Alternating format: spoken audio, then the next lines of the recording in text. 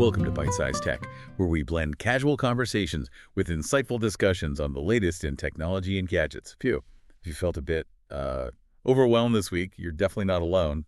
It was just this chaotic mix of console prices suddenly going way up, some, well, genuine hardware fails, and this ongoing AI arms race that's now getting super specific about, like, how smart and how fast we actually want these things. It really was a fascinating week, mostly because the big players are drawing these really precise lines around their products now. So our mission today is basically to cut through all that noise, give you the key takeaways across, let's say, 3 main fronts. Okay. First, that AI war, ChatGPT versus Gemini. Then hardware changes, big ones, impacting folding phones, gaming costs, the works. And finally, those crucial battles for your sound quality and your digital security. Right, let's definitely dive into the AI battlefield first. OpenAI is really slicing up its user base with these new tiers. 3 plans now, free, plus for $20 a month, and then this pro tier for, wow, $200 a month. Yeah, and what's kind of striking right away is how much they've crammed into that free tier. You still get the latest model, GPT-5, you get real-time web search. You can even use custom GPTs. That sounds really generous for free. It is. For a casual user, it's incredible. The catch, obviously, is the usage caps. Especially if you try doing anything heavy, like generating lots of images or uploading big files, you hit the wall fast. Okay, so moving up to Plus.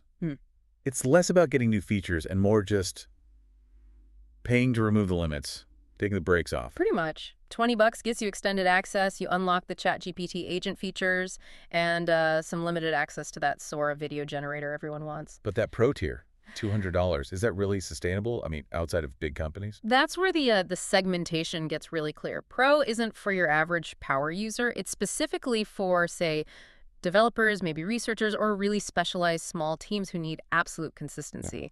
A big chunk of that cost is just removing all the usage caps and getting access to GPT-5 Pro. GPT-5 Pro, different model. Yeah, it uses way more compute power for really dense stuff. Think complex math, deep coding analysis, where, accuracy and speed trump costs. OpenAI's basically made an enterprise plan, but called it an individual one. And they also listened to people complaining GPT-5 felt slow sometimes. They added thinking mode controls. They did. It lets Plus Pro and business users tweak how long the chatbot actually, thinks before answering. Interesting. So you choose speed versus depth. Exactly. It raises this question. How much weighting are you willing to trade for more intelligence? There are 4 modes now. Standard, the new default, balances things. Extend, that's the old default, slower, deeper reasoning. Then the 2 pro-only ones. Light for quick facts, super snappy. And heavy for really deep, complex, multi-step stuff. Heavy might take longer. Could turn a 5-second wait into 30, yeah. But the answer might be vastly better for complex tasks. You actively manage the trade-off. Okay, so while OpenAI is fine-tuning all that, Google's Gemini is, well, it seems to be winning the popularity vote. Absolutely. Gemini is getting some serious public love right now. There was this huge public survey, over 21,000 people rating 27 different models. Gemini 2.5 Pro came out #1 overall. User experience, reasoning, it topped the charts. Wait, ChatGPT ranked 8th in user experience? That's got to sting a bit. How does that work? Is it just that Gemini's easier to use or cheaper? Or It suggests that, accessibility being baked into the Google stuff you already use, and maybe just general friendliness. That's currently winning out over raw benchmark scores for many people. And Google's leaning into that comfort factor. They just made their custom assistance gems shareable. Shareable how? Like a Google Doc? Exactly like that. If you have Gemini Advanced Business or Enterprise, you can share your custom gems publicly or just with your team instantly. Okay. So you build one for a project, everyone gets it. Precisely. No rebuilding prompts. Big collaboration boost. Okay, let's pivot. Hard pivot. From AI brains to physical stuff and some baffling decisions. It's starting with Microsoft. The Xbox price shock. Oof. Yeah, console gaming is getting painful in the U.S. Microsoft's blaming vague macroeconomic changes, tariffs. But to the average person, it just looks like inflation hitting gaming hard. So what are the numbers? Give us the bad news. Okay. Xbox Series X, now $649.99. That's up $50. And the Series S is $399.99, up $20. $50 on the X, but hasn't it gone up before recently? It has. That Series X is up $150 total in just the last 6 months. The S is up $100. Wow, that's a lot. If you waited to buy, you really lost out. Definitely punished for waiting. And you have to wonder, what pressure does this put on Sony? If the PS5 price holds steady, Microsoft loses a big advantage. Yeah, good point. Okay, opposite end of the price scale. Super expensive phones trying to justify their cost. Yeah. Rumors about a Samsung Trifold, Galaxy G Fold. Right. Samsung basically saying, hey, we folded it once, why not 3 times? The main idea is a much larger screen. Rumors suggest like a 9.96-inch inner display when it's all opened up, almost 10 inches. That's huge. And the price? Well, the Z Fold 5 was already around $1,800, so expect this Trifold to be maybe $2,800, maybe more. Definitely niche, premium tech. Okay. While Samsung's playing origami, Google seems to have forgotten basic design. The Pixel 10 Pro XL microphone issue. Oh, this one is just baffling. Yeah. Simple but disastrous. They physically swap the microphone and speaker positions. Swap them. How?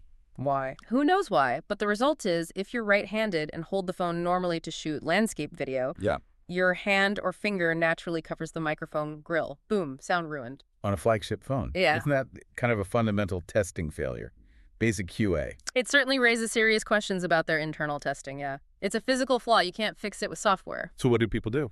The workaround is holding the phone upside down, rotating it 180 degrees, which is just awkward and unnatural for a premium device. Unbelievable. Speaking of things not going quite right, Mark Zuckerberg tried to bring back the live demo magic at Connect with the Meta Smart Glasses, you know, that high-risk, high-reward presentation style. And it was mostly risk this time. He was definitely channeling that classic Steve Jobs vibe, yeah. Trying to prove the tech works live.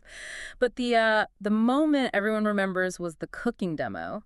The AI was supposed to analyze ingredients for a Korean-inspired steak sauce. The infamous steak sauce incident just kept failing. Couldn't see the ingredients. Right.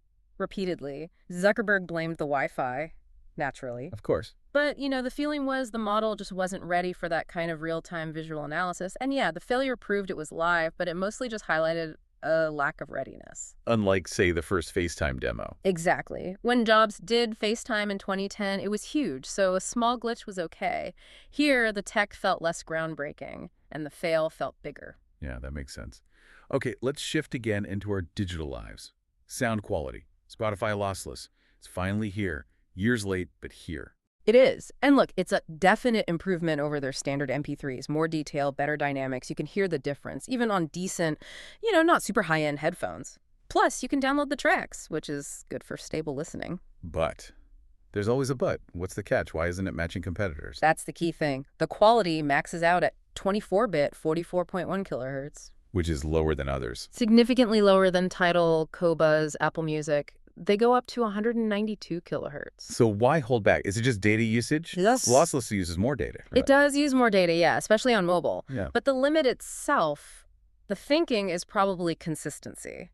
By capping it at 44.1 kilohertz, Spotify can offer a smoother, more reliable stream to their massive global user base. They're likely prioritizing stability over catering to the real audiophile niche demanding 192 kilohertz. Stability and privacy. Seems like those are becoming linked. Which brings us to things like the Proton Unlimited Privacy Suite. Right. This is basically framed as the all-in-one package if you're serious about privacy, sort of the de-Google your life kit. It's built entirely on end-to-end encryption for, what is it, $9.99 a month? Yeah, $10. What do you get? You get Proton VPN, which tests really fast, loads of servers, over 15,000, plus Proton Mail, Proton Pass for passwords, Proton Drive, Calendar, even a wallet. An entire secure ecosystem. Exactly, designed to put the control back with you. Okay, so that's paying for explicit control.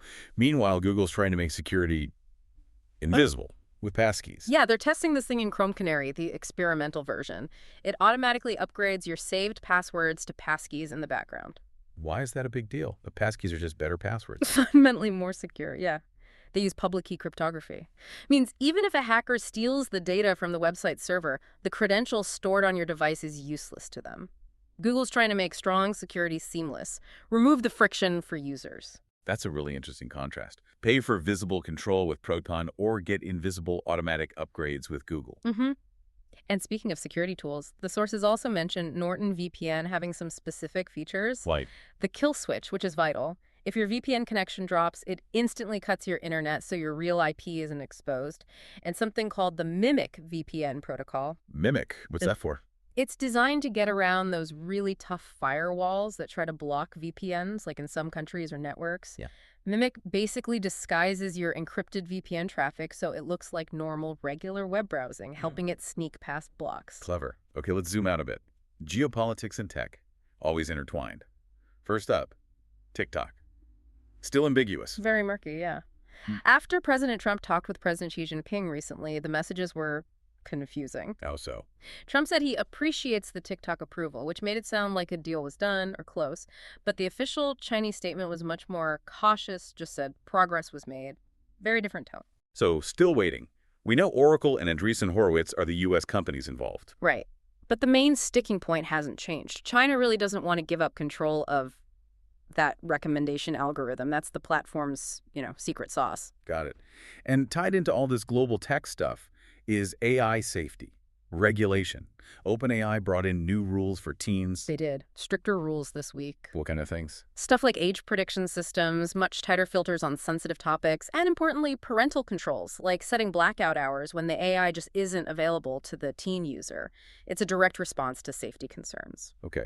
And staying with AI and safety, but totally different area. This new medical AI, Delphi 2M. Yeah, this is a potentially huge leap for using AI in healthcare forecasting. Delphi 2M was trained on health data from 2.3 million people. It can forecast the risk for over 1,000 diseases, cancers included. They mentioned an AUC of 0.76 in UK trials. Now, for us non-statisticians, is 0.76 good? What does AUC mean here? Okay, so AUC is area under the curve. It basically measures how well the model can distinguish between patients who will get a disease and those who won't. Wow. 1.0 is perfect prediction, 0.5 is just random guessing. So 0.76 is considered pretty strong for this kind of clinical forecasting model. But it's forecasting, not diagnosing. Right. That's crucial. Absolutely crucial. This is a tool to help doctors identify risk, maybe plan preventative care. It is not a diagnostic tool. Can't replace doctors or tests. Important distinction. This whole week just highlights this weird mix of really fast innovation and sometimes really frustrating steps back. Like, we get AI making browsers smarter, giving us finer control, and then a console price hike that feels totally out of touch. Absolutely. And you see how the increasing intelligence of AI, like GPT-5's reasoning or Chrome automating passkeys, it really forces you to be more vigilant about your own privacy and security, which probably drives interest in tools like that Proton suite. Okay, so here's a final thought for you, something a bit different to mull over. It involves AI, but maybe not how you expect. We saw Gemini win that public popularity contest this week, right? For user experience. Yeah, ranked #1. But another AI, Grok 4, topped efficiency benchmarks. Things like ARC-AGI, which measures really advanced reasoning, cognitive tasks, pure problem-solving power. Right, different strengths. So the question is, long term, what wins in the AI market? Is it the best user experience, the one people like using, like Gemini seems to be? Or is it the raw benchmark-topping problem-solving power like Grok 4? Which metric will ultimately decide the leader? Something to think about. Thanks for tuning in to Byte-Sized Tech. If you enjoyed this episode, like, comment, share, and subscribe for more fun tech discussions.